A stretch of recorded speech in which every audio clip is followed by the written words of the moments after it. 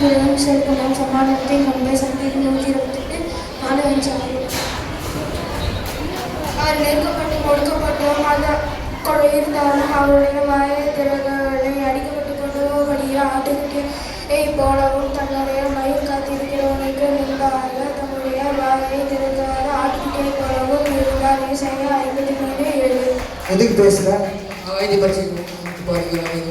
இல்லை குழந்தைகளை சேர்க்கலும் இல்லை.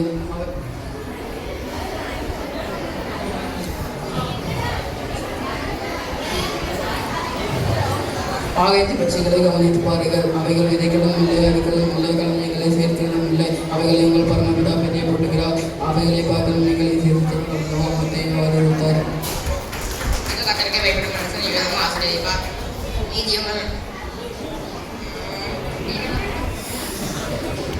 கர்த்தர் உன்னை சீயோனில் ஆசிரியப்பார். நீதியங்கள் நாளெல்லாம் இஸ்ரவேலுக்கு உண்டாக்கும் எருசலேமுக்கு உண்டாகும் சந்தோஷத்தை காண்பாய், சமாதானத்தை காண்பாய். நீவன் பிள்ளைகளுக்கு இஸ்ரவேலுக்கும் உண்டாகும் சமாதானத்தை காண்பாய். சங்கீதம் 128:4-6.